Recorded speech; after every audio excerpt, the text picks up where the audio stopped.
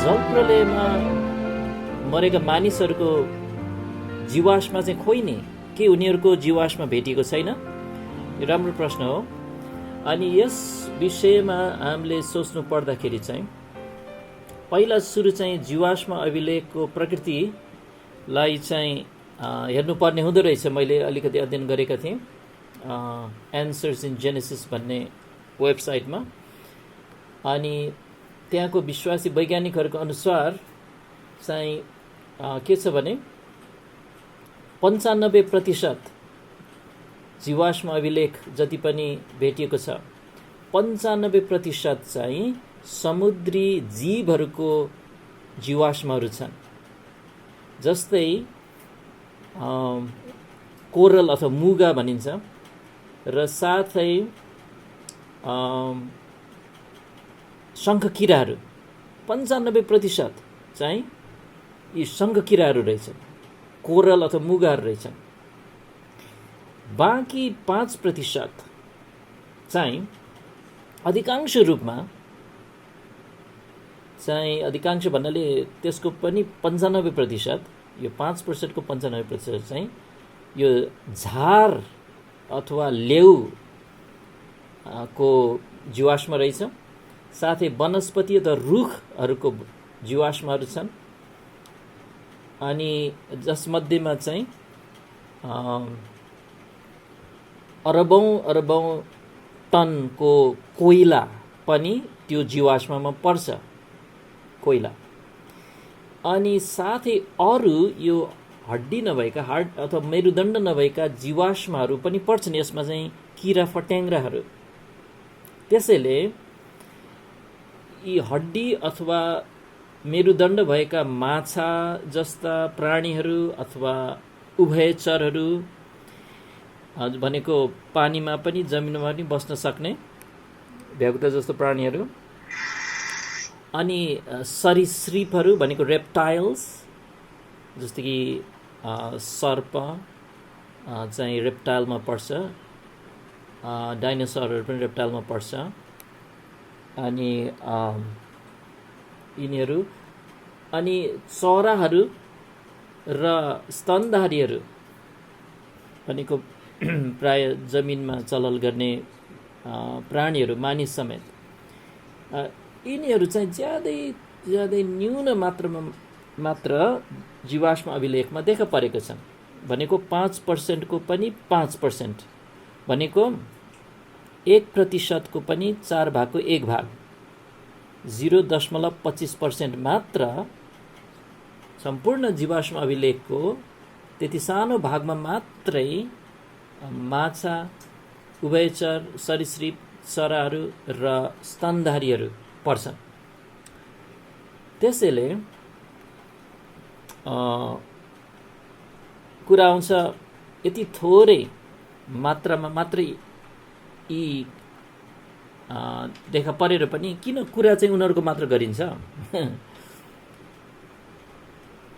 1% को पनि 4/1 को मात्र किन धेरै कुरा गरिएको भन्ने कुरा आउँछ। जस्तै कि डाइनोसरहरू चाहिँ वास्तवमा पुरा सङ्ख्यामा संसारभरिको भेटिएको र विश्वविद्यालय म्युजियमहरूमा राखेको डाइनोसरको हड्डीहरू र उनीहरूको त्यो जीवाश्महरूको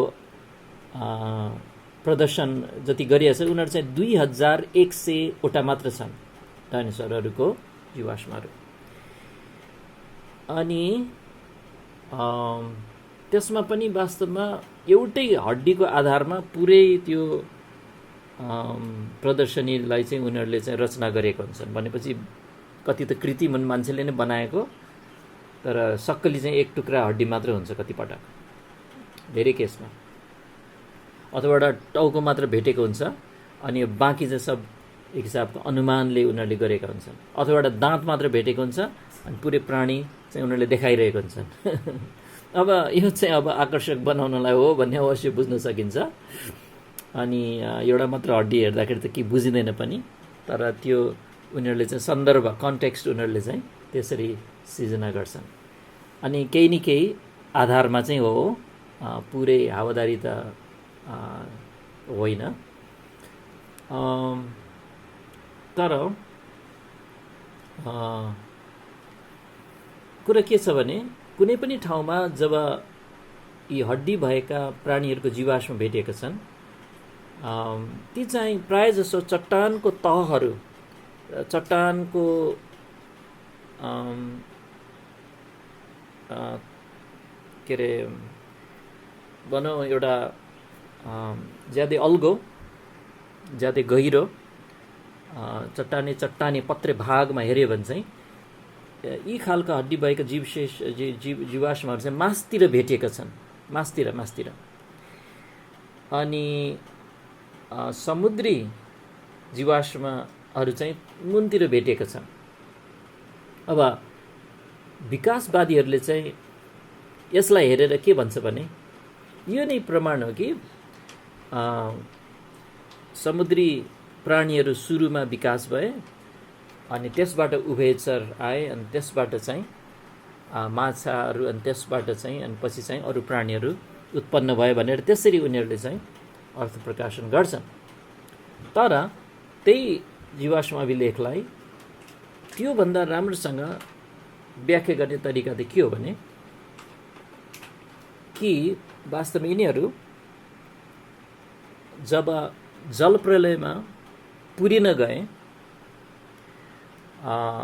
उनीहरू चाहिँ फरक वातावरणमा जिउने भएकाले उनीहरूले त्यो क्रममा चाहिँ उनीहरू चाहिँ देखिएका हुन्। जस्तो कि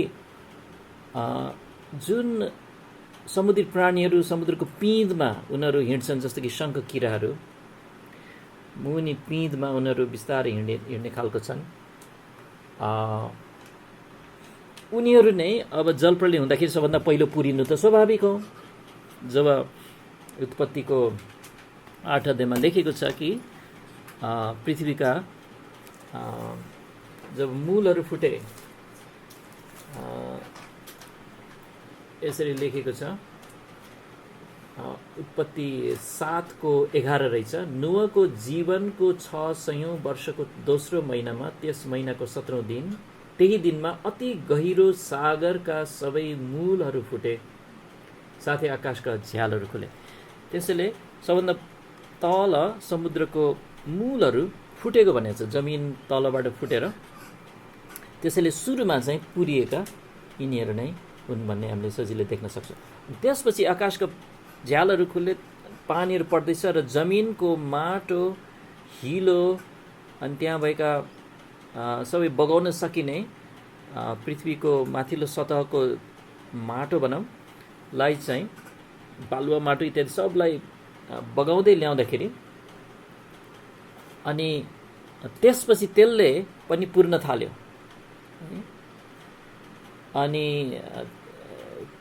अनि त्यो समुद्रमा गएर अनि यो कारणले चाहिँ हामीले यो भन्न सक्छौँ कि सुरुको जलप्रलयको यी तहहरूमा चाहिँ मान्छेको जीवशेष अथवा जीवाश्महरू नभेटिनु स्वाभाविक हो, भेटिनु गाह्रो हुनुपर्ने। अनि जहाँ चाहिँ यी समुद्री जीवशेषहरू भेटिने ठाउँमा चाहिँ मानिसहरूको जीवशेष नभेटिनु त स्वाभाविक हो, त्यो त बुझ्न सकिन्छ। अहिले जति बुझेको छन् यो जीवाश्म अभिलेखको बारेमा र जलप्रलयको प्रकृतिलाई अध्ययन गर्दाखेरि अहिलेसम्म बुझेको कुरामा चाहिँ यो फिट हुन्छ। अनि साथै अर्को कुरा के छ भने अधिकांश जीवाश्महरू जो चाहिँ हड्डी भएका प्राणीहरूको जीवाश्महरू अथवा स्तनधारी प्राणीका जीवाश्महरू चाहिँ अर्कै तहमा छ, अनि उनीहरूलाई त्यसले यो तहलाई अर्कै नाम दिएको छ। अनि जुन तह चाहिँ वास्तवमा जल प्रलय भन्दा पछि बन्न गएको तह भनेर मानिएको छ यो चाहिँ बाइबल विश्वासी वैज्ञानिकहरूद्वारा, जल प्रलय पछिको तहमा। अनि यसमा चाहिँ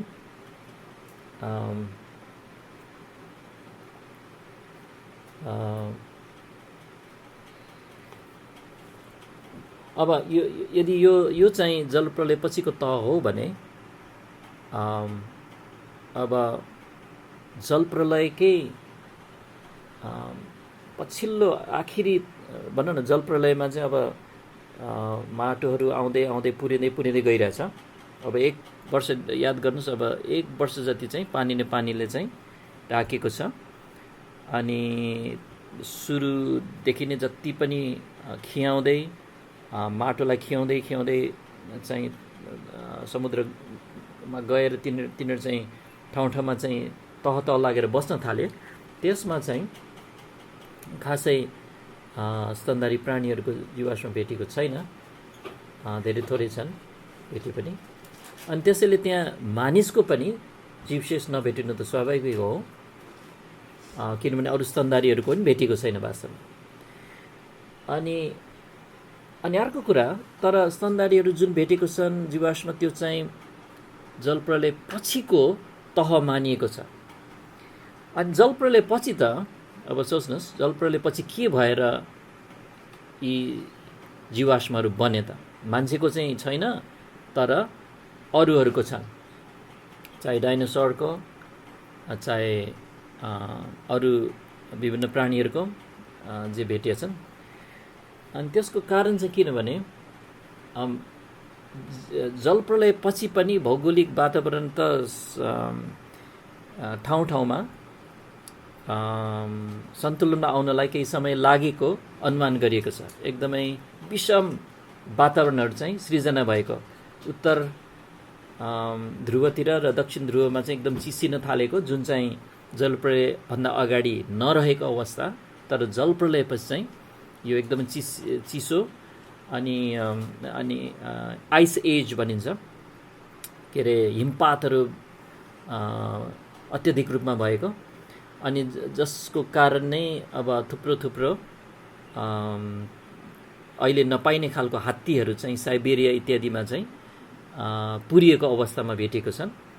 त्यसैले त्यो पनि एक खालको जीवाश्महरू हुन्। जीवाश्महरू खालको छन्, तर एक खालको त्यो हुन् जुन अवशेष रहेको। तर त्यस्तो अवस्थामा मान्छे चाहिँ समयमै स्थानीय रूपमा आइपरेको आपत्तिबाट, स्थानीय रूपमा आइपरेको प्रलयबाट भनौँ, जलप्रलयबाट त भाग्न सकेन कि विश्वव्यापी थियो।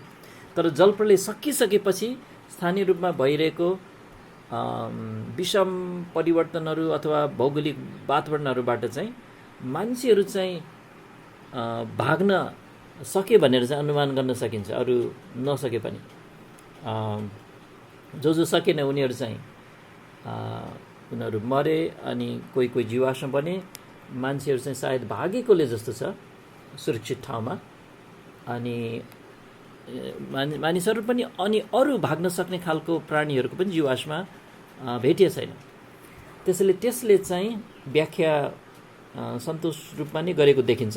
त सबै प्रश्नको जवाफ त अझ पनि छैन, मिलेको छैन। तर अहिलेसम्मको सबभन्दा राम्रो अनुमान चाहिँ यो छ। अनि अर्को चाहिँ धेरै गाह्रो छ कुनै हड्डी भेटिँदाखेरि चाहिँ यो के को हड्डी भेटियो भन्नलाई। जस्तो कि एउटा उदाहरणको लागि एउटा विकासवादीहरूले चाहिँ यो 5 करोड वर्ष पुरानो मान्छेको हड्डी हो भनेर भनिरहेको थियो। यो के अरे, यो के भन्छ, कुमको हड्डी, कुम अथवा सोल्डरको हड्डी भनेर ठानेको थियो। तर पछि गएर चाहिँ त्यो एउटा डल्फिनको करङ रहेछ। त्यसैले यो चाहिँ गाह्रो विषय पनि छ कि यहाँ साँच्चैको गल्तीहरू हुन्छन्।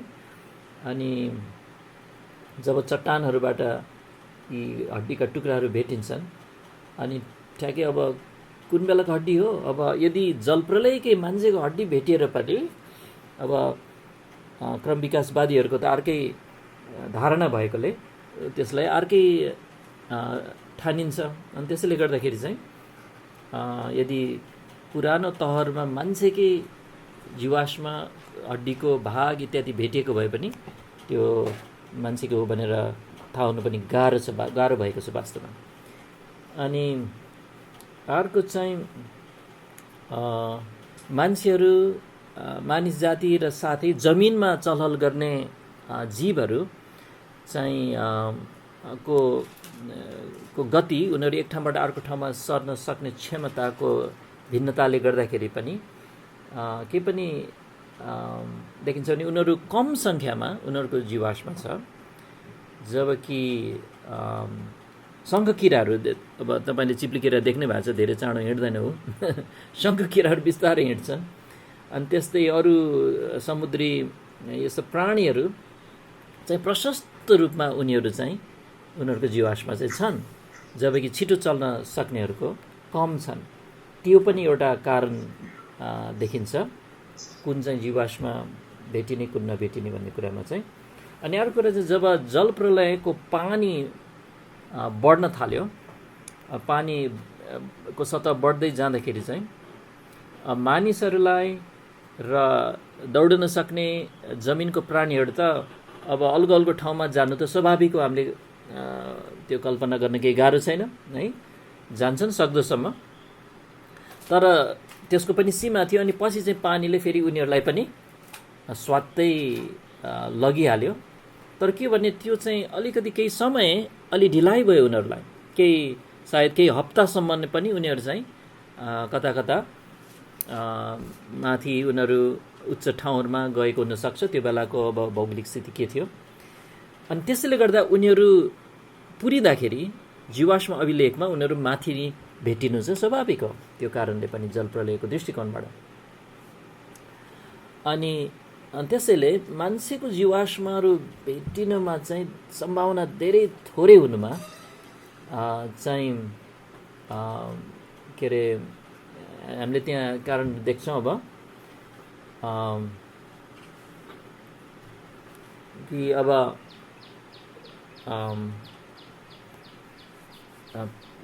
जुन चाहिँ प्रायः जसो चाहिँ समुद्री उमा जस्तै ट्रिलोबाइटहरू देखिन्छन्, अनि त्यही शङ्खकिराहरू देखिन्छन् तल्लो तल्लो तहहरूमा। अनि त्यसैले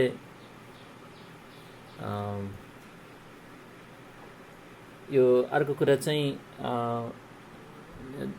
जति पनि जीवाश्महरू चाहिँ जस्तै हड्डीहरू उनीहरू जीवाश्म बन्नलाई उनीहरू छिट्टो पुरिनु पर्ने हुन्थ्यो। अनि मुख्य चाहिने वातावरण भनेको चाहिँ पुरिएपछि त्यसलाई अक्सिजन नभेट्ने गरिकन पुरिनुपर्छ। पुरियो तर अब यहाँ कतैबाट के अरे अक्सिजन छिर्न सक्यो भने चाहिँ त्यो कुहिएर जान्छ। कुनै न कुनै कीटाणुहरूले त्यसलाई चाहिँ खाइदिन सक्छ। कीटाणुलाई चाहिँ अक्सिजन चाहिन्छ है। तर अक्सिजन नै नहुने गरिकन चाहिँ उनीहरू कहीँ छोपिन गए, पुरिन गए भने तब मात्र जीवाश्म बन्ने हो। यो जलप्रलयको हामीले कुरा गर्दाखेरि चाहिँ त्यसैले अहिलेसम्म चाहिँ मानिसको जीवाश्म भेटिएको छैन। अनि अघि भनिहाल्यौँ 1% को पनि 4 भागको 1 भाग मात्रै जीवाश्महरू चाहिँ माछा, स्तनधारी, हड्डी भएका प्राणीहरूको भेटेको छ। त्यसैले मान्छेको जीवाश्म हुन सक्छ, कतै हुनै सक्दैन भन्न सकिँदैन। तर अब पृथ्वीमा अब छरिएको यति थोरै पर्सेन्ट छ भेटिएको पनि। अनि यदि भेटियो भने पनि त्यो हड्डीको टुक्रा कसले चिन्ने फेरि त्यो मान्छेको हो भनेर। अनि त्यो एकदम जानकार व्यक्ति हुनु पर्यो। अब वैज्ञानिकहरू त अलमल पढ्छन् भनेपछि चाहिँ त्यसैले सम्भावना धेरै थोरै देखिन्छ जलप्रलयकै समयको जीवाश्म, मानिसको जीवाश्म भेटिनलाई।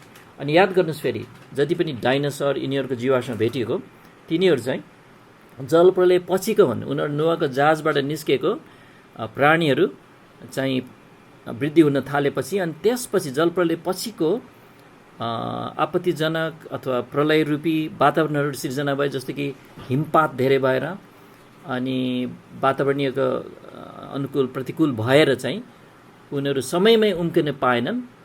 अनि चाँडो नै उनीहरू चाहिँ फेरि जीवाश्म मा हुने अथवा स्थानीय रूपमा उनीहरू चाहिँ पुरिए अथवा स्थानीय रूपमा उनीहरू चाहिँ जीवाश्म बन्न गए, जबकि मान्छेहरू चाहिँ भाग्न सफल भए।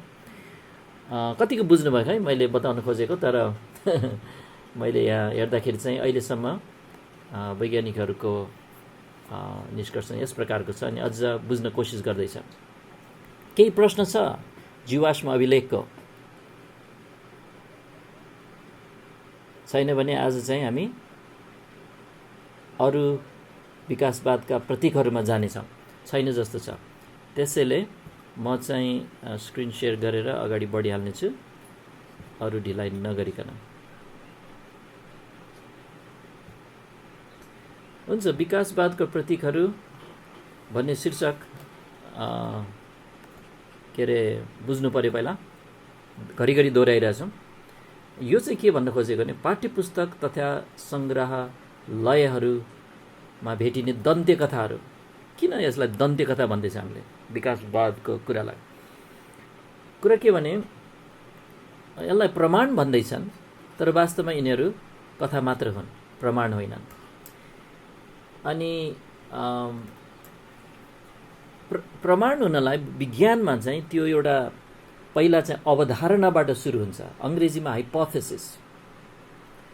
अनि त्यसलाई धेरैचोटि जाँच गर्दा गर्दा गर्दा त्यो अडिग रह्यो भने त्यसलाई बल्ल अब सिद्धान्त मानिन्छ। सिद्धान्त, थियोरी भनेपछि निकै जाँचिएको कुरा हो त्यो पनि अझ। अनि त्यसलाई विभिन्न परिस्थितिहरूमा उनीहरूले अझ पनि जाँच्छन्। यहाँसम्म कि अहिले त अब अन्तरिक्षमा लगेर पनि कुनै प्रयोगशालामा पृथ्वीमा गरेको कुरा अन्तरिक्षमा पनि गरिरहेका हुन्छन्। अनि त्यही नियम, त्यही थियोरी रहिरह्यो भने त्यसलाई चाहिँ प्रमाणित रूपमा अब यो चाहिँ एकदमै प्रमाणित नियम भन्न सकिन्छ। तर क्रम विकासवाद न एउटा अवधारणा हो, न एउटा हाइपोथेसिस हो, न एउटा सिद्धान्त अथवा थियोरी नै हो।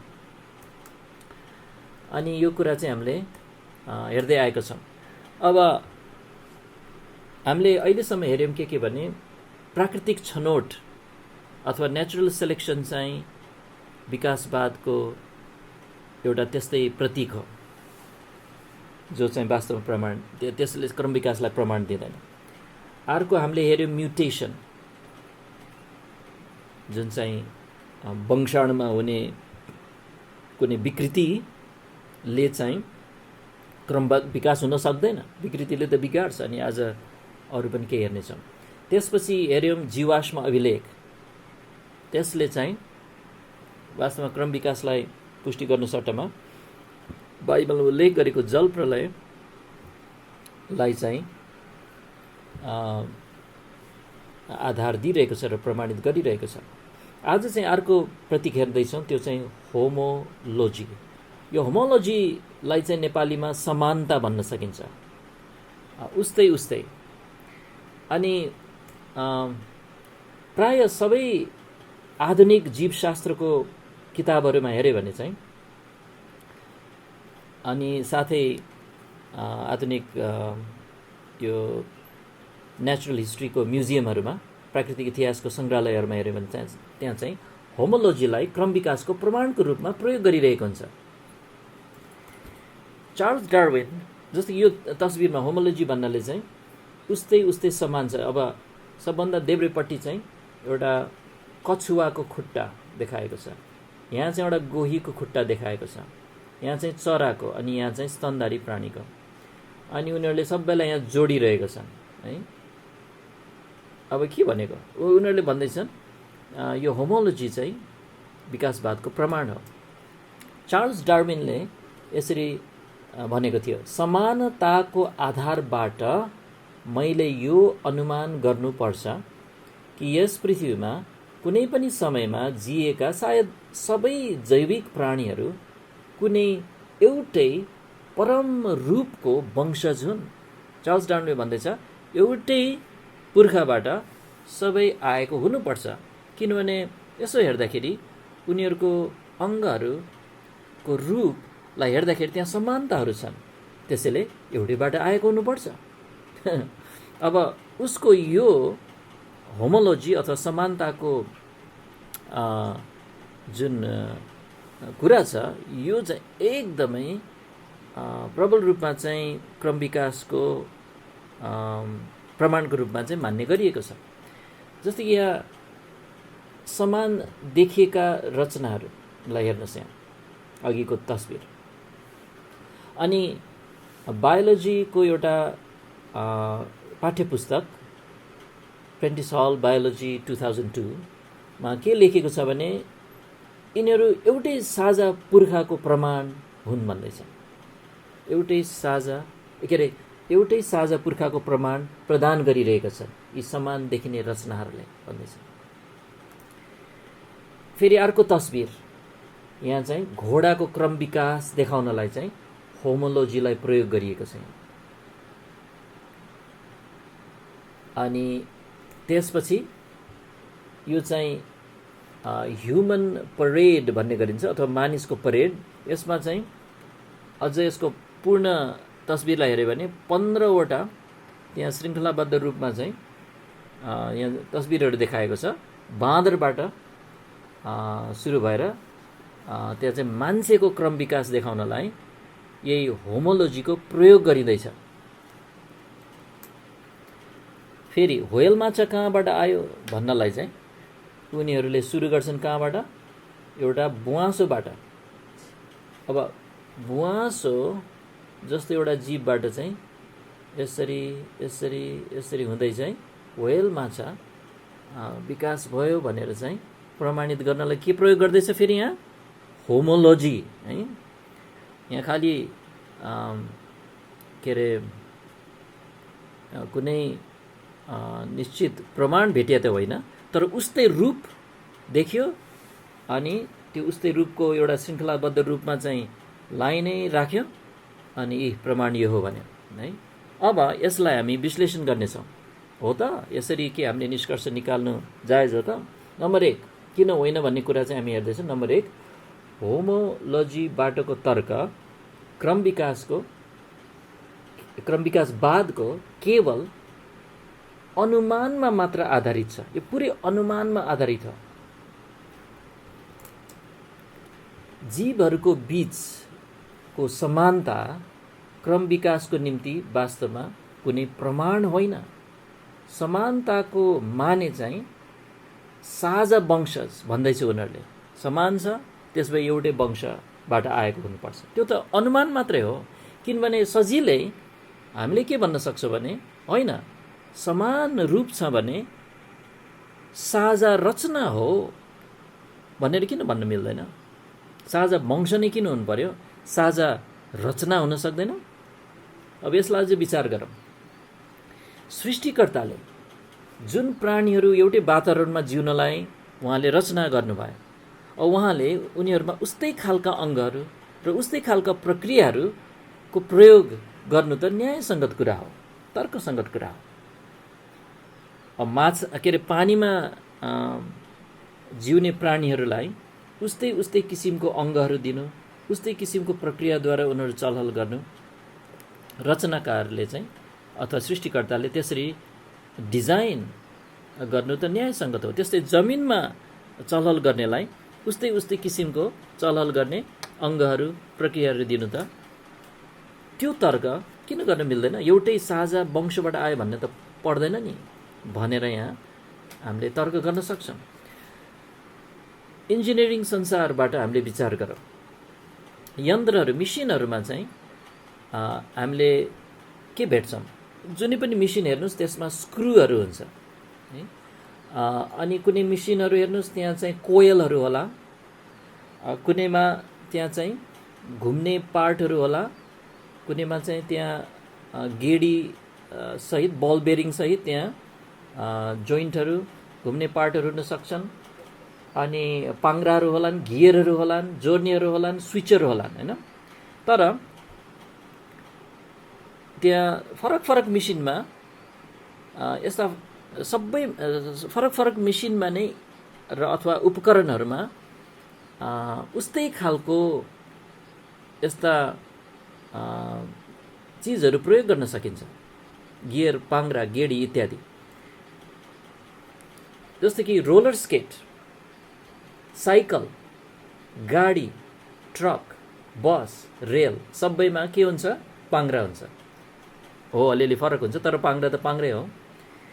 तर त्यो भन्दैमा एउटा चाहिँ अर्कोको पुर्खा हो भन्न त मिल्दैन, भन्दैनौँ पनि हामीले।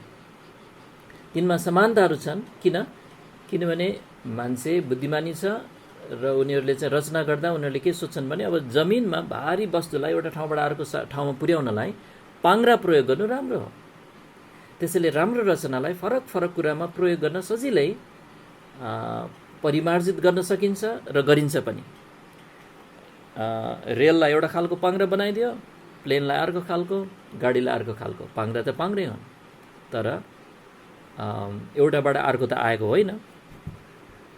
गाडीबाट रेल आउने होइन, अनि रेलबाट प्लेन आउने होइन। समानताले एउटै पुर्खा भनेर प्रमाणित गर्दैन भन्ने कुरा चाहिँ यसबाट पनि हामीले देख्न सक्छौँ। अनि फरक फरक जटिलता भएका आँखाहरूलाई चाहिँ यी क्रम विकासवादी वैज्ञानिकहरू लिन्छन्। जस्तै कि सरल आँखा होला एउटा सानो किराको, अनि त्यसपछि त्योभन्दा अलिकति जटिल प्राणीको अर्को अलिकति जटिल आँखा होला, अनि त्यसपछि त्योभन्दा अलिक ठुलो प्राणीको अझ जटिल आँखा। अब त्यो सबै आँखाहरूलाई चाहिँ लिएर चाहिँ क्रमैसँग लाइनमा होइन स्वात्त राखेर है, अनि त्यसपछि एउटा आँखाबाट अर्को आँखामा चाहिँ एरो एरो भनेको कोण कोण कोण बनाउँदै प्रमाण त हुन्छ र त्यसरी एउटाबाट अर्को आयो भनेर। तर त्यस्तै गरिरहेको हुन्छन् यो विज्ञानका पुस्तकहरूमा। त्यत्तिकै लाइन लगाएर राखिदियो सरलदेखि जटिल, अनि त्यसपछि बिचबिचमा चाहिँ काँड काँड काँडको आकार बनाइदियो, अनि त्यसरी काँड तेर्साउँदैमा यो आँखाबाट त्यो आँखा अनि त्यो आँखाबाट त्यो आँखा विकास भयो भनेर त्यो त प्रमाणै होइन नि भनेर यहाँ चाहिँ विलियम डेम्स्कीले चाहिँ एक किताबमा चाहिँ व्याख्या गर्दैछन्। त्यसैले हाम्रो नम्बर 1 कुरामा चाहिँ होमोलोजी चाहिँ क्रम विकासवादको प्रमाण खास होइन, अनुमानको आधारमा मात्र हो त्यो चाहिँ। त्यसैले प्रमाण हुनलाई त खालि अनुमान गरेर त पुग्दैन।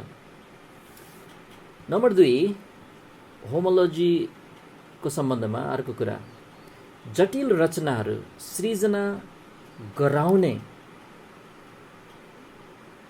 क्रम विकासको कुनै संयन्त्र छ भन्ने एउटा अप्रमाणित अनुमान नै होमोलोजीको आधार हो। राम्रोसँग विचार गर्नुहोस्। यहाँ के भन्दैछ भने क्रम विकासवादीहरूले चाहिँ एउटा कुरा मानिलिएका छन्, त्यत्तिकै मानिलिएका छन् के भने जटिल रचनाहरू बन्दै जान्छन् है। कसरी बन्छन्? एउटा तरिका छ भन्छ उनीहरूले है। कुन चाहिँ तरिका? अब प्रमाणित तरिकै छैन वास्तवमा, कुनै पनि प्रमाणित संयन्त्र त्यहाँ छैन क्रम विकासका। अनि हामी हेर्नेछौँ अहिले उनीहरूले चाहिँ अघि त सार्या छन्, यो संयन्त्रले हुनसक्छ, यो मेकानिजमले यो संयन्त्र हुनसक्छ भनेका छन्, एउटा हेर्नेछौँ। तर जटिल संरचना सृजना गर्ने त्यस्तो संरचना छ भन्ने प्रमाण छैन। उनीहरूले जति त्यो भने पनि त्यो हामी हेर्नेछौँ। तर त्यो अनुमानमा नै होमोलोजी अडेको छ। होमोलोजी त्यसैले उनीहरूले चाहिँ सरल आँखा, अलिकति जटिल आँखा, अझ जटिल आँखा, अझ जटिल आँखा टेबलमा अथवा भनौँ न चित्रमा कोरेर राख्यो। ल यसबाट यो, त्यसबाट त्यो, त्यसबाट यो आयो भनिदियो। कसरी आयो भने क्रम विकासको संयन्त्र छ, सरलबाट जटिल गइहाल्छ नि। कुन चाहिँ हो त्यो समानान्तर भन्यो भने चाहिँ त्यहाँ हावा खान्छ। अब अनि हामी हेर्नेछौँ यहाँ कसरी हावा खान्छ। पहिला सुरु डार्विनवादका 2टा अति प्रतिष्ठित संयन्त्रहरू छन्। संयन्त्र भनेको मेकानिजम, अर्थात् कसरी हुन्छ त सरलबाट जटिल कसरी हुन्छ भन्यो भने यसरी हुन्छ भन्छन्। नम्बर 1 उनीहरूले भन्छ प्राकृतिक छनौटले हुन्छ भन्छन्। नम्बर 2 उनीहरूले भन्छन् म्युटेसनद्वारा अथवा नेपालीमा आनुवंशिक उत्परिवर्तनद्वारा। त्यसैले प्राकृतिक छनौट र म्युटेसन चाहिँ क्रम विकासवादको सबभन्दा नाम चलेका, आदर पाएका प्रतिष्ठित संयन्त्रहरू हुन्। तर कुरा के भने हामीले पहिले हेरिसक्यौँ सुरुमै न प्राकृतिक छनौटले के अरे न प्राकृतिक छनौटसित सृजना गर्ने शक्ति छ, न म्युटेसनको नै सृजना गर्ने शक्ति छ। राम्रोसँग विचार गरौँ यसलाई। प्राकृतिक छनौटले खास के गर्न सक्छ? त्यही डार्विनको फिन्च चराको उदाहरण आउँछ। फेरि प्राकृतिक छनौटले त्यो फिन्च चराको चुच्चोको कुनै एउटा साइजसम्म छनौट गर्ला, तर त्यसले एउटा चुच्चो नै सृजना त गर्न सक्दैन। त्यो त डार्विनवादीहरूले कहिले पनि त्यो देखाउन सकेको छैन। अर्कोतिर यो म्युटेसनहरूले अत्याधिक रूपमा के अरे म्युटेसनहरू अत्याधिक रूपमा कस्ता हुन्छन्? हानिकारक कि फाइदाजनक? हानिकारक हुन्छन्। त्यो प्रमाणित कुरा हो है। अनि हामी आज अझ हेर्नेछौँ, म्युटेसनहरू अत्याधिक रूपमा हानिकारक हुन्छन् है। अनि तिनीहरूले नयाँ जटिल संरचनाहरू सृजना गर्नलाई के चाहिन्छ? डिएनएमा नयाँ सूचनाहरू थप्नुपर्ने हुन्छ, तर त्यसो गर्न सक्दैन म्युटेसनले। म्युटेसनले डिएनएमा सूचना थप्ने काम, नयाँ सूचनाहरू अथवा नयाँ आदेशहरू त्यहाँ थप्न नसकेकोले म्युटेसनले सृजना गर्न सक्ने कुरै भएन। अब तेस्रो संरचना पनि प्रस्तावित छ। प्राकृतिक छनौट र म्युटेसन बाहेक तेस्रो चाहिँ के छ भने उनीहरूले यसलाई चाहिँ भौगोलिक वा प्रजनन पृथकीकरण भन्ने गर्छन्, अथवा जियोलोजिकल और रिप्रोडक्टिभ आइसोलेसन भन्छ।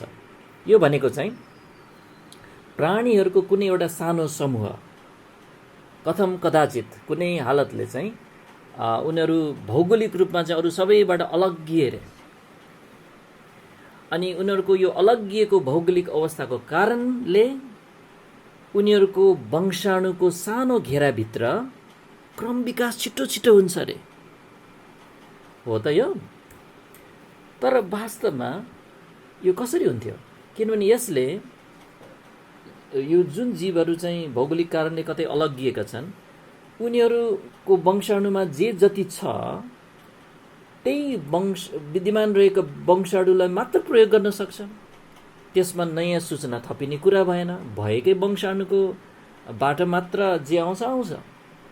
यसले नयाँ रचनाहरू, नयाँ अङ्गहरू, नयाँ प्राणीहरू सृजना गर्नलाई नयाँ आनुवंशिक भनेको जेनेटिक सूचना अथवा जेनेटिक इन्फर्मेसन थप्ने संयन्त्र बन्न सक्ने कुनै सम्भावना प्रदान गर्दैन। त्यसैले यो तेस्रो कुरा पनि ले पनि खास नयाँ सृष्टि गर्ने, सृजना गर्ने, नयाँ रचना अङ्गहरू सृजना गर्ने त्यहाँ शक्ति नै छैन।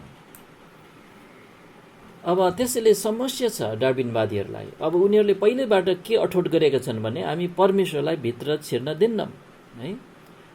उनीहरूको शब्दमा चाहिँ हामी ईश्वरीय खुट्टालाई चाहिँ ढोकाभित्र छिर्न दिन्नौँ भनिरहेछन्। त्यसैले उनीहरूसित एउटा समस्या छ। जीवित प्राणीहरूलाई जब हामीले संसारमा हेर्छौँ, जीवित प्राणीहरूको यस्तो अचम्मको संसारलाई हेर्दाखेरि प्रश्न उठ्छ, कुन चाहिँ शक्तिले यतिको रचना गरेको होला त? यस प्रश्नको जवाफ उनीहरूसित यस प्रश्नको जवाफको खोजी गर्दा उनीहरू जिरोमै छन्। उनीहरूको यस खोजीको खुड्केलोको चाहिँ पहिलो खुड्केलामै उनीहरू अड्किएका छन्। हामी यो कुरालाई चाहिँ अझ छुनेछौँ पछि, कसरी चाहिँ यो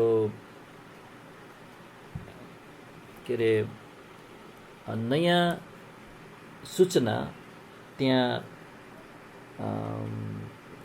के अरे नयाँ सृजना गर्ने शक्ति नभएकोले क्रम विकासले सृजना गर्न शक्ति हुने कुनै पनि संयन्त्र त्यहाँ प्रमाणित रूपमा प्रस्तुत नभएकोले होमोलोजी भनेको समानता हुँदैमा त्यो चाहिँ एउटै पुर्खाबाट आएको हो भनेर चाहिँ भन्न सकिने आधार छैन। अब तेस्रो कुरा, यही होमोलोजीकै कुरा गर्दैछौँ है। जीवशास्त्रीय वर्गीकरणका निर्माताहरूले होमोलोजीलाई क्रम विकासको प्रमाण ठान्दैनथे। अब यसलाई विचार गर्नुहोस्। जीवशास्त्रमा के छ भने त्यहाँ पशु जगत एकातिर छ, अर्कोतिर वनस्पति जगत छ। फेरि पशु जगतमा पनि त्यहाँ वर्गीकरण गरिएको छ। चरालाई एकातिर राखेको छ, सरीसृपलाई एकातिर राखेको छ, स्तनधारीलाई एकातिर राखेको छ, अनि त्यसपछि मेरुदण्ड नभएका त्यस्ता प्राणीहरूलाई एकातिर राखेको छ, मेरुदण्ड भएका एकातिर राखेको छ। विभिन्न तरिकाले चाहिँ वर्गीकरण गर्नलाई चाहिँ त्यहाँ प्रयास भएको थियो, अनि त्यो वर्गीकरण गरियो। अनि उतातिर वनस्पतिलाई पनि वर्गीकरण गरियो यस्तै तरिकाले है। अब जुन वर्गीकरण गर्नलाई जुन वैज्ञानिकहरूले सुरुमा वर्गीकरण गरे, उनीहरूले कहिले पनि यो प्राणीहरूलाई हेरेर यो चाहिँ क्रम विकास भएको रहेछ भनेर चाहिँ कहिले पनि क्रम विकासको प्रमाणको रूपमा चाहिँ यो वर्गीकरणलाई उनीहरूले हेर्दैनथे। आजसम्म प्रयोग हुने यो वर्गीकरणको प्रणाली चाहिँ एकजना कार्ल लिन्नेयस भन्ने व्यक्तिले गरेका थिए। अनि कार्ल लिन्नेयस चाहिँ एक सृष्टिवादी थिए, अथवा सृष्टिकर्ता परमेश्वरले नै यी फरक फरक जातिहरूलाई अनि प्रजातिहरूलाई चाहिँ सृष्टि गर्नुभयो भनेर चाहिँ विश्वास गर्थे। अनि अर्को एकजना अग्रज चाहिँ यही विज्ञानमा चाहिँ जर्ज कभियर भन्ने थिए, उनी पनि सृष्टिवादी थिए। अब आजसम्म पनि उनीहरूकै वर्गीकरण प्रयोग हुन्छ। तर आजका आधुनिक वैज्ञानिकहरूले चाहिँ रुखको वर्गीकरण अनि यस्तै अनि एनाटोमी भनेको यो शारीरिक बनोटको अध्ययन र जीवाश्म शास्त्रलाई लिएर उनीहरूले के भन्छन् भने चाहिँ यी क्रम विकासको प्रमाण चाहिँ यिनीहरू हुन् भन्छन् उनीहरूले। जबकि यी विषयहरू सुरु गर्ने वैज्ञानिकहरू चाहिँ बाइबलीय सृष्टिका समर्थक थिए। उनीहरूले चाहिँ क्रम विकासको प्रमाण देख्दैनथे यी कुराहरूमा। चौथो कुरा, हातखुट्टा र प्राणीहरू वास्तवमा समान भन्दा भिन्न छन्। यहाँ मान्छे र बाँदरलाई तुलना गर्दाखेरि ज्यादै फरक छन् उनीहरू। अनि चमेरोको पखेटा र मान्छेको हात तुलना गर्दा धेरै फरक छ। अनि अर्को छैठौँ बुँदा, जब हामी चाहिँ आनुवंशिक तहमा जान्छौँ भनेको जिन्सहरूमा, जेनेटिक तहमा हामी जब अध्ययन गर्न थाल्छौँ, ती अङ्गहरू एउटै तवरले निर्माण हुँदैन भन्ने कुरा चाहिँ पत्ता लागेको छ। पहिला त बाहिरी रूप मात्र हेर्थ्यो, यो भ्यागुताको पनि के अरे एक किसिमले औँलाहरू छन् है, अनि मान्छेको पनि औँलाहरू छन् है। अनि भन्छ अब माछाबाट उभयचर आयो, अनि उभयचर पछि चाहिँ जमिनको प्राणीहरू त्यसबाट विकास हुनलाई चाहिँ सरीसृपहरू, अनि त्यसपछि यसरी चराहरू, अनि त्यसपछि स्तनधारी प्राणीहरू आए भन्छन् है। तर अब पहिला चाहिँ बाहिरी रूपमा मात्र हेर्ने गर्थ्यो भने अब चाहिँ वंशाणु तहमा पनि हेर्न थाले। अब त्यसले चाहिँ निकै रोचक निष्कर्षहरू निकाले जुन चाहिँ अब हेर्न लागिरहेछन्। तर पहिला चाहिँ क्रम विकासवादीहरूले के भन्छ, अब यहाँ एउटा किताब छ जीवशास्त्रको पाठ्यपुस्तक छ, यहाँ चाहिँ के भन्दैछ भने समान अङ्गहरू आनुवंशिक तहमै त्यस्तै हुन्छन्, समान हुन्छन्। बाहिर हेर्दा मात्र होइन, जिन्सहरूको तहमा अथवा आनुवंशिक तहमा पनि समान हुन्छन् भनेर दाबी गरिरहेछ। हो त यो दाबी सत्य हो त? दाबी कस्तो छ उनीहरूको? हातखुट्टाहरू तिनका भ्रूणका उही अङ्गहरूबाट आउँदछन् भनेपछि उस्तै उस्तै देखिने दुईटा प्राणी लियौँ, अनि उनीहरूको भ्रूणहरूलाई तुलना गर्दाखेरि चाहिँ त्यो भ्रूणहरूको उस्तै उस्तै कोषहरू र उस्तै उस्तै भागबाट उस्तै उस्तै अङ्गहरू निस्किरहेका छन्। त्यसैले उनीहरू चाहिँ धेरै तल्लो तहमा पनि समानता छन्, त्यसैले उनीहरूको पुर्खा एउटै हो भन्दैछन्। तर वास्तवमा यो सत्य हो कि होइन भनेर छानबिन गर्दाखेरि हामीले देख्छौँ कि यो सत्य दाबी होइन। विचार गरौँ, एउटा मान्छेको औँलाहरूलाई हेरौँ, मान्छेको औँलाहरू र अर्कोतिर भ्यागुतको औँलाहरू।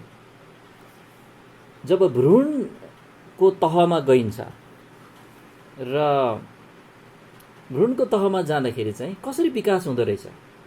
अब मान्छेमा चाहिँ कोषहरू एउटा पन्जा जस्तो आकारबाट 5वटा औँला निकाल्नु परेछ है। त्यो 5वटा औँला निकाल्न के हुँदो रहेछ भने 5वटा औँलाको बीचको कोषहरू मर्न थाल्दो रहेछ। अनि बीचको कोषहरू मरेर छुट्टै छुट्टै छुट्टै त्यो औँलाहरू चाहिँ निर्माण हुन्छ। अब त्यो चाहिँ भ्रूणलाई हेरेर चाहिँ अवलोकन गरेर पत्ता लागेको। तर भ्यागुतको औँलाहरू चाहिँ त्यसरी हुँदैन रहेछ। भ्यागुतको औँलाहरू चाहिँ अब उनीहरूको पहिला चाहिँ कोपिला कोपिला कोपिला कोपिला हुँदो रहेछन्। अनि कोपिला बढेर बाहिर कोषहरू बढ्न थालेर औँलाहरू निस्किरहेछन्। त्यसैले धेरै फरक छ यिनीहरूको निर्माण। हेर्दाखेरि उसको पनि 5वटा औँला, मेरो पनि 5वटा औँला, त्यसैले एउटै वंशज भनिरहेको थिएँ भने, तर भ्रूणको तहमा अथवा आनुवंशिक तहमा जाँदाखेरि चाहिँ उनीहरूको निर्माण एउटै तरिकाले भइरहेको छैन। त्यसैले फेल खान्छ यो होमोलोजी। होमोलोजीले जीवको क्रम विकासको शिक्षाका निम्ति के अरे कुनै पनि प्रदान गरेको छैन। त्यसैले क्रम विकासवाद चाहिँ एउटा वैज्ञानिक सिद्धान्त नभएर यो एउटा किम्वदन्ती हो।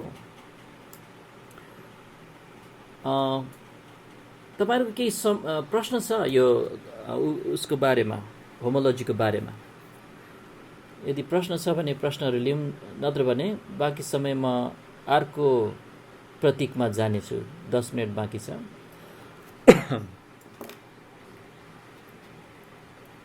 होमोलोजी भन्ने शब्दको अर्थ बुझ्नुभयो कि नै? समानता भनेको।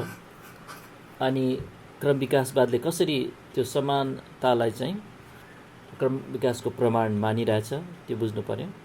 अनि किन चाहिँ त्यो प्रमाण चाहिँ होइन भनेर चाहिँ तपाईहरुले देखाउन सक्नु पर्यो। अनि हामीले विभिन्न 6वटा कुराहरू हेर्यौं। प्रश्न केही छैन जस्तो, त्यसैले हामी चाहिँ अर्को प्रतीकमा जाउँ। यो चाहिँ पेपर्ड मथ के हो? यो मथ भनेको चाहिँ पुतली जस्तै हो, तर रातको पुतली हो यिनीहरू चाहिँ। अथवा उनीहरू चाहिँ हामीले पुतली भन्ने जस्तो ज्यादै सुन्दर रङ्गी बिरङ्गी हुँदैन। यिनीहरू सादा रङका हुन्छन्, खैरो कालो सेतो इत्यादि। तर यो पेपर्ड मोथ चाहिँ एउटा विशेष एउटा खालको चाहिँ यस्तो रातको पुतली हो। पेपर्ड मोथ क्रम विकासको एउटा प्रमुख प्रतीक हो। भनेपछि क्रम विकास सत्य छ भनेर एडभर्टाइज गर्ने एउटा ज्यादै प्रख्यात माध्यम हो। आइजक आसिमोभ भन्ने एकजना क्रम विकासवादीले आफ्नो किताबमा केवल यसैलाई एउटै प्रमाणको रूपमा प्रस्तुत गरेको थियो। बाफरे, पुरा किताबभरि एउटै प्रमाण, यही पेपर्ड मोथ भनेपछि यसलाई चाहिँ बुझ्नु पर्यो। प्राय सबै जीवशास्त्रको पाठ्य पुस्तकहरूले पेपर्ड मोथलाई क्रम विकासको प्रमाणको रूपमा प्रयोग गर्ने गर्छन्। अनि यसरी बयान गर्ने गर्छन् यो पेपर्ड मोथलाई चाहिँ यो चाहिँ क्रम विकासवादको उत्कृष्ट नमुना हो भन्छ। अर्को ठाउँमा यो पेपर्ड मोथ चाहिँ पेपर्ड मोथ चाहिँ कस्तो कुरा हो भने प्राकृतिक छनौटले गोल हानेको रे भन्नाले फुटबल खेलमा चाहिँ खेल जितेको जस्तो के क्रम विकासले जित्यो भन्ने चाहिँ यो पेपर्ड मोथ चाहिँ हाम्रो फुटबल खेलको गोल हानेको जस्तै हो रे। अनि अर्को चाहिँ अझ यो सुन्नुहोस् न, यो पेपर्ड मोथले चाहिँ सृष्टिवादको बङ्गरा झार्ने भयङ्कर मुक्का हाने बराबर हो। पेपर्ड मोथलाई चाहिँ त्यस्तो राम्रो प्रमाणको रूपमा मान्दो रहेछ। अब त्यस भए यसलाई राम्रोसँग हामी हेर्नु पर्यो है।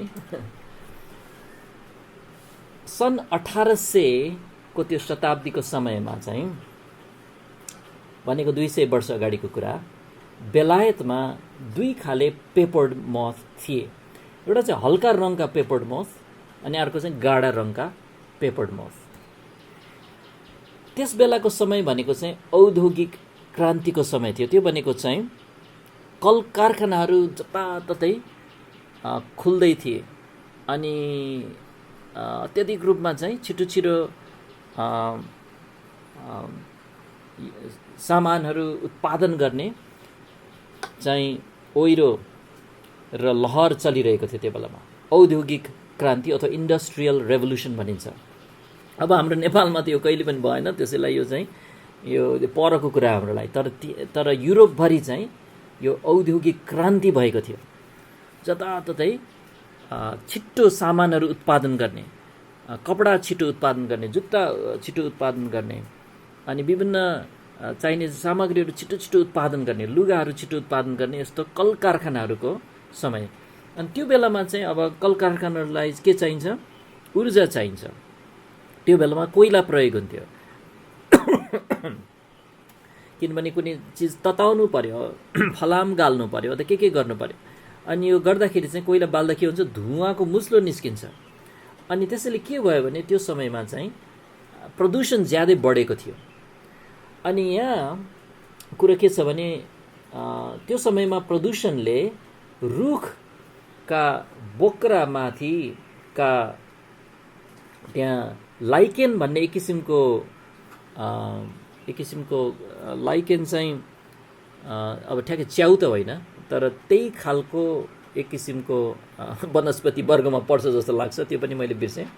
तर तपाईँहरूले पनि देख्नु भएको छ, रुखहरूको सतहमा हेऱ्यो भने सेतो सेतो खालको केही चिज देख्नुहुन्छ तपाईँले। त्यसलाई लाइकेन भनिन्छ। त्यो रुखकै भाग चाहिँ होइन, तर त्यसमाथि कुनै अर्को चिज चाहिँ बढिरहेको हुन्छ। अब रुखका बोक्रामाथिको यो लाइकेनलाई चाहिँ मारिदियो यो प्रदूषणले। फलस्वरूप रुख चाहिँ अब ठाउँ ठाउँमा सेतो देखिन सट्टामा सबै गाढा रङका देखिन थाले, त्यो लाइकेन मरेको कारणले। त्यसपछि के भयो? त्यसबेला गाढा रङका मथहरूको सङ्ख्यामा ठुलो वृद्धि आयो। अनि यसको व्याख्या चाहिँ यसरी गरियो कि हल्का रङका मथहरू गाढा रङका रुखहरूमा सजिलै देखिने भएकाले चराहरूले तिनलाई खाइदिए। त्यसैले गाढा रङकाहरूले चाहिँ बाँचे, हल्का रङकाहरू चराले खाएर मरे। गाढा रङकाहरू चाहिँ गाढा रङको रुखमा उनीहरू नदेखिने भएकोले उनीहरू बाँचे। हल्का र गाढा रङका मथहरूको सन्तुलनमा भनेको उनीहरूको सङ्ख्यामा चाहिँ यो परिवर्तन आएको हुनाले यो सरल परिवर्तन थियो, कुनै ठुलो केही भए त होइन है। तर यसलाई चाहिँ के मान्न थाल्यो भने यही हो क्रम विकासको प्रमाण, क्रम विकासको यसलाई प्रमाण अब चाहिँ मान्नुपर्ने ठानियो। यसलाई विचार गर्नुहोस्। वास्तवमा यो चाहिँ एडेप्टेसन भनिन्छ। यस्तोलाई चाहिँ एडेप्टेसन भनेको चाहिँ जस्तो चाहिँ डार्विन गएको त्यो गलापागोसको टापुहरूमा फिन्च चराको चुच्चोको कुरा जस्तै क्या। खडेरी लाग्दा ठुलो चुच्चो भएका चराहरू किन बाँचे भने उनीहरू चाहिँ ठुल्ठुला बियाहरू खान सक्थे। खडेरीमा चाहिँ साना साना बियाहरू पाइँदैन थियो, ठुल्ठुलो बियाहरू मात्र पाइने। सानो चुच्चो भएकोले त्यसलाई फोड्न सकेनन्, साना चुच्चो भएका चराहरू मरेर गए। अनि ठुलो चुच्चो भएका चराहरू बाँचेकोले चाहिँ अब समग्रमा हेर्दाखेरि फिन्च चराको जनसङ्ख्यामा चाहिँ अब सबै चाहिँ ठुल्ठुलो चुच्चो भएकाहरू छन्। अनि यो त केही विकास भए त होइन नि यो त भएकै ठुलो चुच्चोहरू चाहिँ बाँचेका हुन्। अनि यसलाई एड्याप्टेसन भनिन्छ अथवा वातावरणसँग मिलान हुन गएको एड्याप्टेसन। त्यो एड्याप्टेसन भन्ने शब्द नै तपाईँले सिक्नुपर्ने हुन्छ है। एड्याप्ट हुनु, वातावरणसँग उनीहरू एड्याप्ट भयो, वातावरणसँग अनुकूल सङ्ख्याकाहरू जीवहरू चाहिँ उनीहरू बाँचे भन्न खोजेको। अब यो एड्याप्टेसनले चाहिँ प्राकृतिक छनौटको शक्तिलाई प्रमाणित गरिएको ठानियो। तर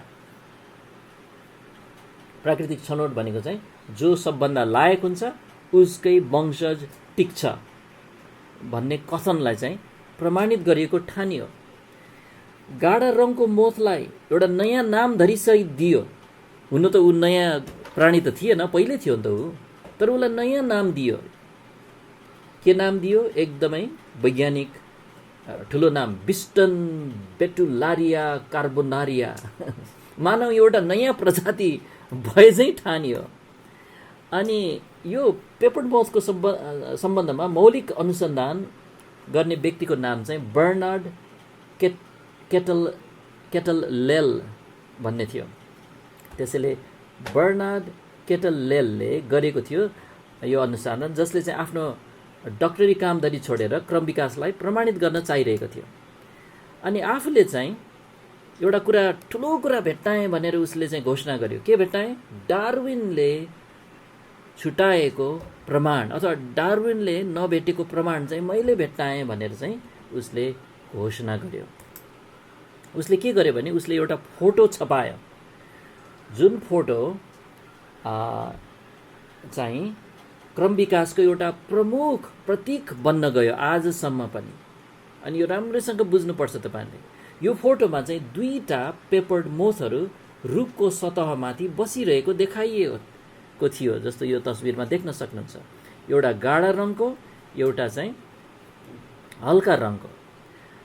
तर यसको विपरीतमा हामीले जवाफ चाहिँ यसरी दिन सक्छौँ। नम्बर 1, ती मोथहरू आखिरमा मोथहरू नै हुन् नि, अर्को प्राणी अर्को जीव बन्या त होइनन् नि भनेर हामीले जवाफ दिनु पर्यो।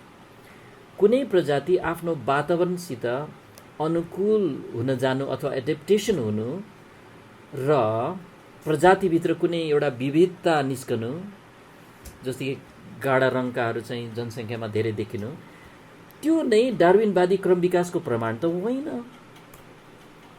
पेपर्ड मोथ अझ एक मोथ नै रहेको छ। वास्तवमा भन्नुपर्दा पेपर्ड मोथ नै रहिरहेको छ। सुरुमै गाढा र हल्का रङका पेपर्ड मोथ थिए, नभएका होइनन्। कसैको नयाँ विकास भएको त होइन। जातिको घेरा अन्तर्गत कुनै प्रजातिको एडेप्टेसन हुने क्षमता सृष्टिको प्रमाण हो। वास्तवमा क्रम विकासको प्रमाण चाहिँ होइन। जाति भन्ने शब्द त बाइबलमा छ, आफ्नो जात अनुसार त्यसभित्र केही विविधता हुन सक्छ, एडेप्टेसन हुन सक्छ। त्यो चाहिँ हामी सृष्टिवादीहरूले त्यस्तो हुन सक्छ भनेर चाहिँ बाइबलकै आधारमा भन्न सक्छौँ। क्रम विकासले त एउटा जातिबाट अर्को जाति आउँछ भनेर चाहिँ, यहाँ त एउटा जातिबाट अर्को जाति त आएको छैन। पेपर्ड मोथ हो, त्यो पनि पेपर्ड मोथ हो, बाँकी रहेको पनि पेपर्ड मोथ नै, अरू केही पनि होइन। परमेश्वरले प्राणीहरूलाई एक पतित पृथ्वीमा केही रूपमा परिवर्तनशील वातावरणसित केही रूपमा एड्याप्ट हुने अथवा आफूलाई अनुकूल बनाउने हुने गरिकन रचना चाहिँ गर्नुभएको छ। त्यो बुझ्न सकिन्छ। अनि हाम्रो समय त सकिएछ है, त्यसैले यो विषयलाई चाहिँ मैले यहाँ यहीँ रोक्नुपर्ने भयो। केही प्रश्न छ बरु अन्तिममा? हामी यो पेपर्ड मोथको अझ अध्ययन गर्नेछौँ अर्को पालि। आज चाहिँ हामीले अध्ययन गरेको विषय थियो के अरे, के थियो विषय? होमोलोजी। होमोलोजी चाहिँ क्रम विकासको एउटा प्रतीकको रूपमा भए पनि त्यसले कुनै रूपमा क्रम विकासलाई प्रमाणित गर्न सक्दैन भन्ने कुराहरू हेऱ्यौँ। हुन्छ, आज चाहिँ हामी यहीँ अन्त गर्ने समय भएको छ। हामी यहीँ अन्त गर्नेछौँ। प्रार्थना गरौँ अनि यहीँ रोक्नेछौँ।